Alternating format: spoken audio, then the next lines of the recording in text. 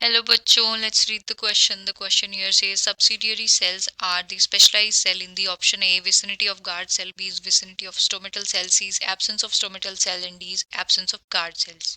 So for this question our key concept would be regarding the stomata. हमारा key concept होगा regarding stomata.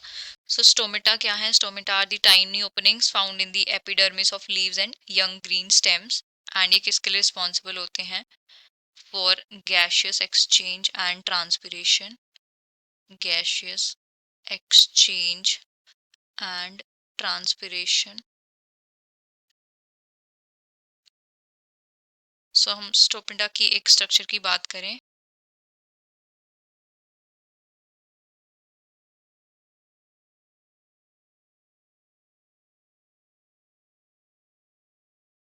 सो एक typical जो stomatal apparatus होता है stomatal उसके अंदर कौन कौन सी स्ट्रक्चर होती हैं एक होता है stomatal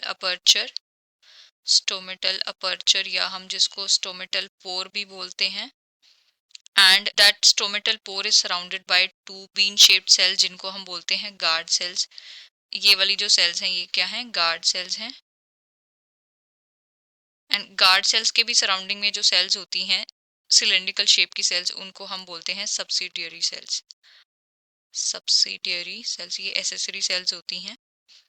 These are your subsidiary cells. Subsidiary cells and they are present in the vicinity of guard cells. Present in the vicinity of guard cells.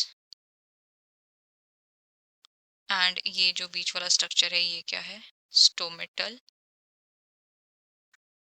Pour and guard cell जो है opening and closing of stomata में help करती हैं and जो subsidiary cells होती हैं क्या करती हैं provide the better functioning of guard cell को जो है प्रोटेक्शन देती हैं एक्सटर्नल सोर्सेज से and they help in better functioning of the guard cell. So हमें पूछा है subsidiary cells are specialised cell in the option A है विसिनिटी ऑफ गार्ड सेल. हाँ गार्ड सेल की विसिनिटी में प्रेजेंट होती हैं. विसिनिटी ऑफ स्टोमेटल सेल ये ऑप्शन भी नहीं होगा. एब्सेंस ऑफ स्टोमेटल सेल ये भी नहीं होगा. एब्सेंस ऑफ गार्ड सेल ये भी नहीं होगा. गार्ड सेल की विसिनिटी में प्रेजेंट होती है उनकी प्रेजेंस उनके जस्ट बाहर प्रेजेंट होती है. तो हमारा करेक्ट ऑप्शन क्या होगा ऑप्शन ए.